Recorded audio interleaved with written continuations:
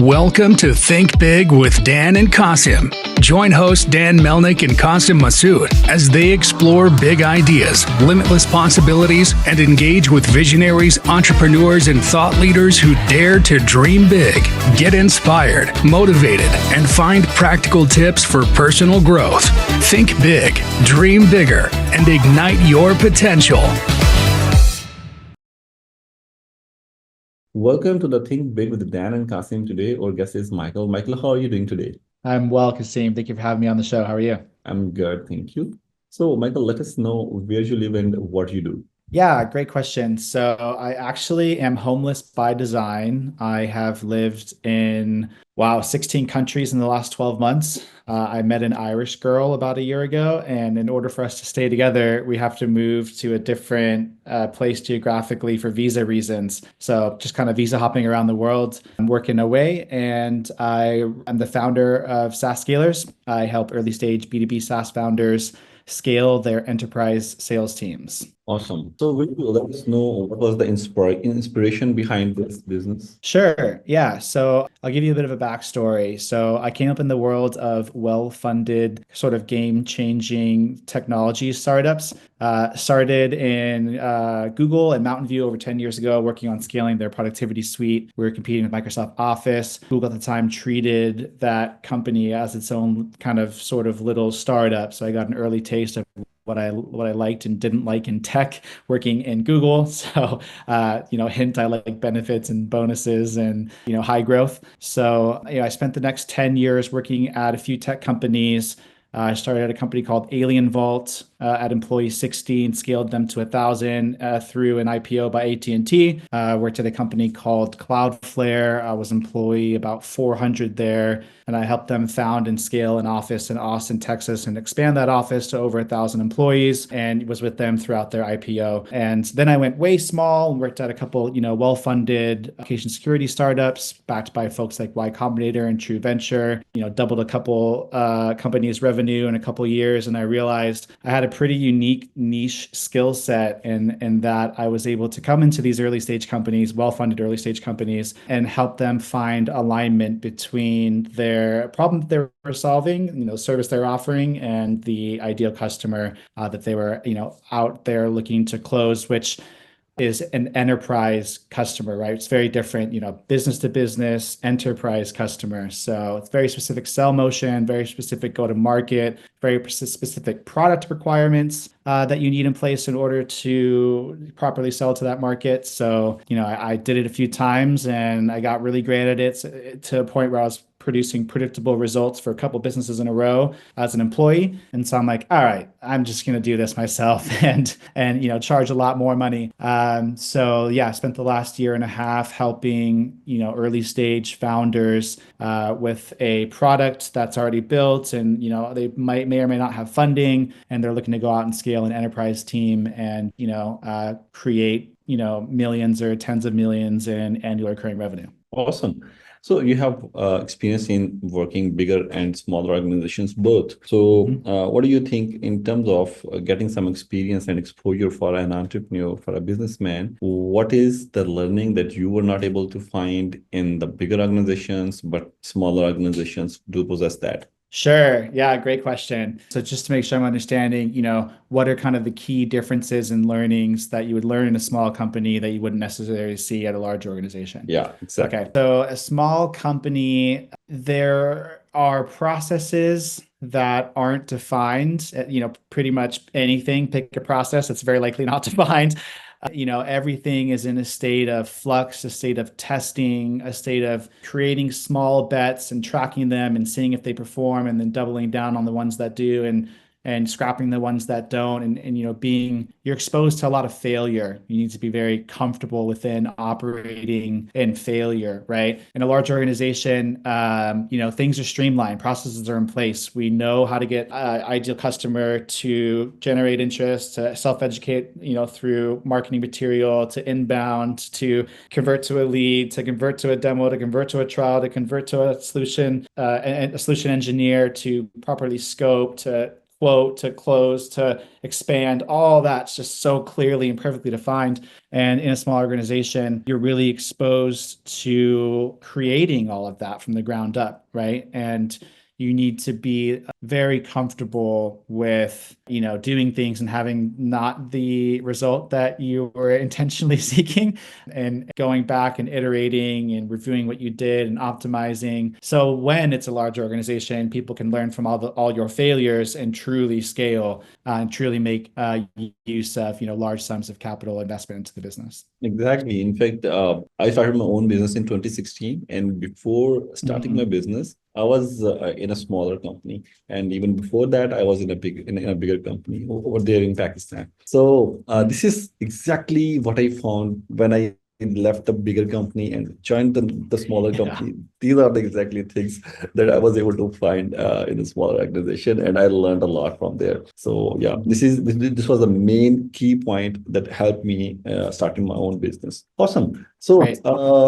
you have helped many SaaS-based businesses, and you have good insights about them. So in terms of insights, what do you think? What is the common challenge that every SaaS business is facing? What is a common challenge that every SaaS business is facing? Okay, so I can really only speak towards B2B SaaS companies. So, when I say, I'm excluding B2C, so excluding Netflix, Spotify, things that sell directly to consumer. My specialty is businesses that sell large ticket software to other businesses, right? So we're talking tens of thousands up to millions of dollars a year annually recurring revenue, right? So, for that industry, what is every SaaS thinking about right now? What are they all thinking about? Was that the question? Sorry. What is the challenge that every The SaaS challenge. company, not every, but yeah, commonly SaaS companies are facing?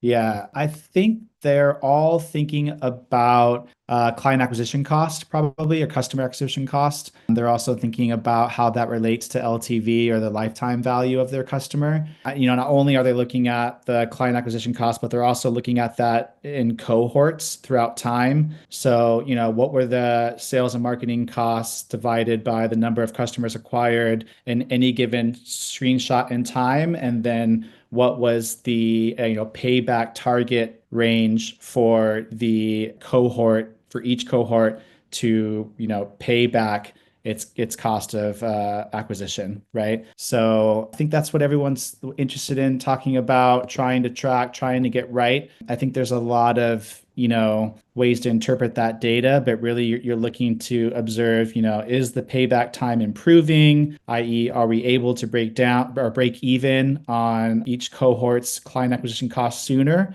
And is it happening in more recent cohorts as compared to older ones? And then, is each cohort growing and showing signs of expansion over time? And do we see new cohorts expanding faster than older cohorts? So I think there's a lot of good business decisions, happening there, and business directions that you can derive from that data, as far as how to scale forward or backward your sales costs, marketing costs, etc. Awesome. So many companies, many companies are facing these problems till day to day, and many other problems as well. So, what is your client acquisition process? How you acquire a client? Let's say how you start looking for, and when they're the client, how you will onboard a client, like how you will acquire a client. Sure. Yeah. So far, 100% of my clients have been referrals, or, just business contacts that I knew before, going out on my own. I am thinking about, and I'm actually investing in,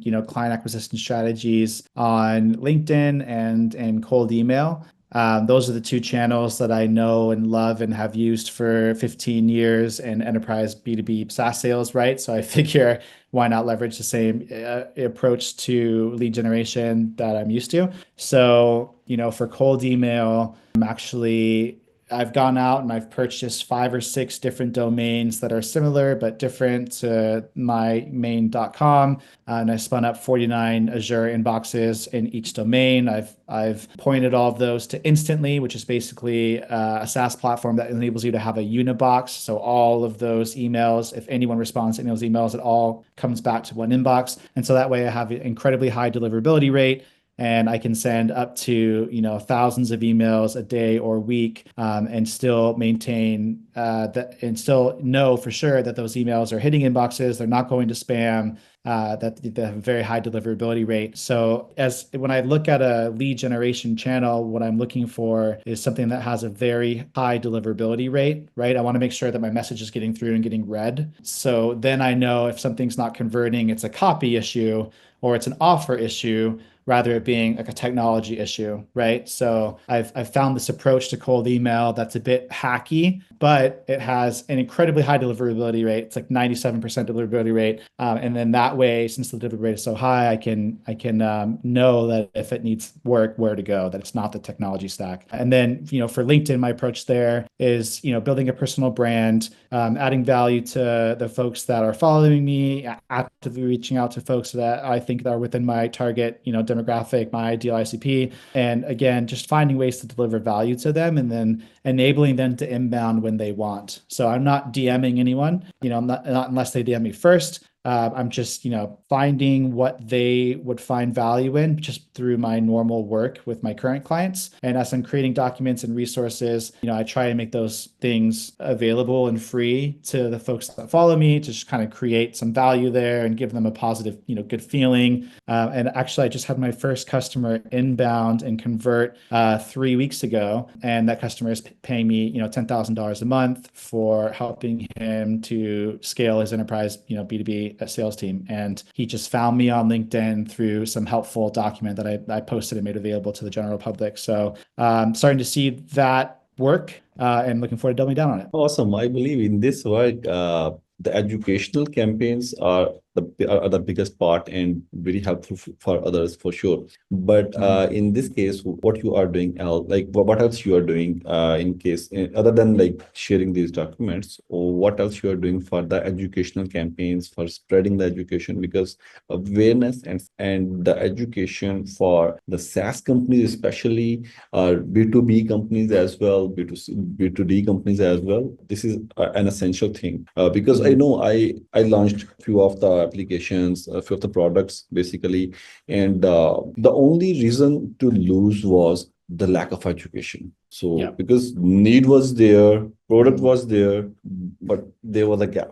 And that gap was not able to be filled with the social media campaigns. There was something that was related to the education, specifically educational things and awareness. So how you are spreading the education and awareness? So how am I spreading the education and awareness around the problem that I'm solving for the market is the question. So what I'm solving... As you can say, like at a community contribution, maybe at a community contribution. So obviously this attracts the customer as well. But let's say if you are doing a community contribution, so how do you are doing this? Sure. I don't know if I'm doing anything else right now that might be considered as a community contribution. A bit early in having a lot of the pieces of the business in place that should be in piece, I guess. It's been a year now and, pretty steadily growing the client base one by one, but that's a good question. And I should do some thoughts about it and figure out a way to contribute greater to the community.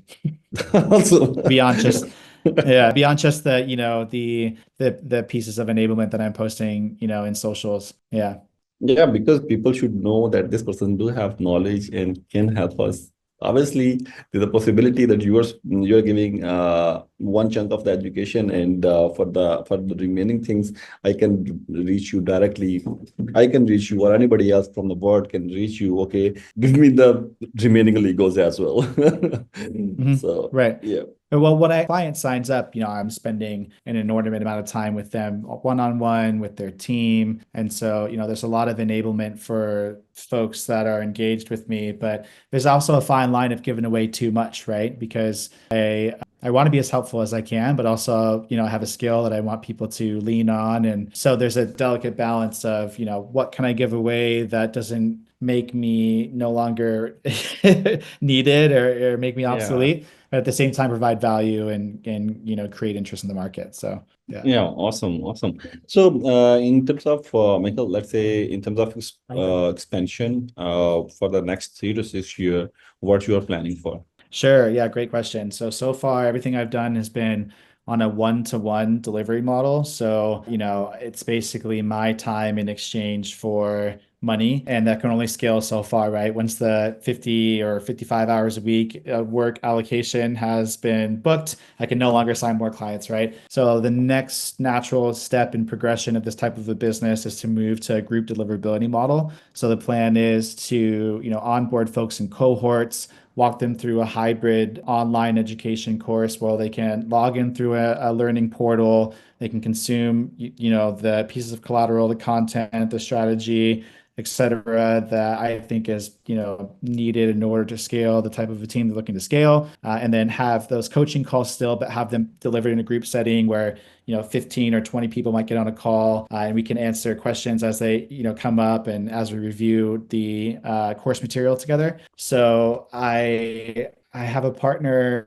My current partner runs an online education business, and she's got, like 30,000 customers, and she's really, figured out this scale thing. And I've been really fortunate for her to look into my business and offer this advice and kind of guide me in this direction of, this is the next step in quote unquote consulting and enabling folks to achieve, any specified outcome or complex outcome rather. So yeah, that's why I'm ramping up cold email actually. And it ties to what I was speaking about earlier is, I can only take the consulting thing so far. I'm probably close to maxed out already on a one-on-one delivery model. So I needed to find a predictable way to generate tens or hundreds of leads, a month instead of what I previously needed to do, which was one or two, right? So, the growth plan ties directly into what I'm doing with sales and my go-to-market strategy currently.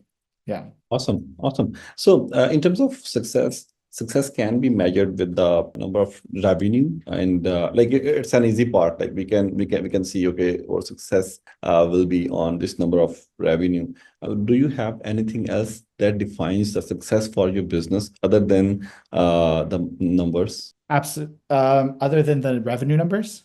Other than the revenue numbers? Yes, yeah, because it is a number, it's not associated revenue. But yeah, this year I want to help 100 co-founders scale their B2B enterprise sales teams. So it's, January, right? Wow. Haven't checked in a while. So yeah, it's January. I have 7 clients in total currently, like right now. And so I need to find 93 more that I can help and enable, right? So Yeah, looks like a doable task for you.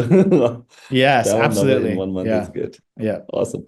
Awesome. So, Michael, at the end, what would be your biggest advice to our audience? Biggest advice to your audience? Wow, like in like business or life or Yeah, in business. in business. Okay. I would some advice that I like to give is that reading a book never hurt anybody.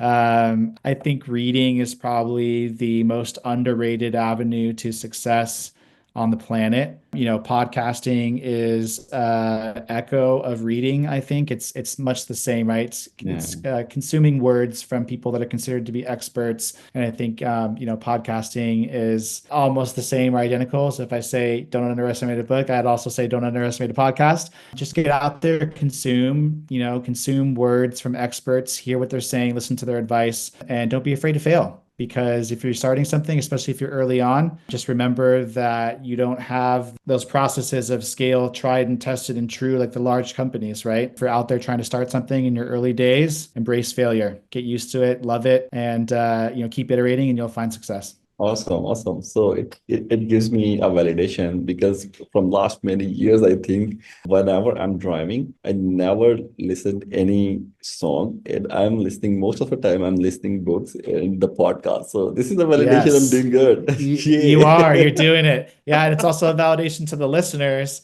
Look, check it out. This is what, reading and education does for you. It creates a, incredibly successful man. So, and woman. So, go Yeah. out there and do it. Yeah. Awesome, awesome. So, Michael, will you please let our viewers know how they can reach you if anybody wants to? You can share your email, website, social media handles, whatever you Yes. want.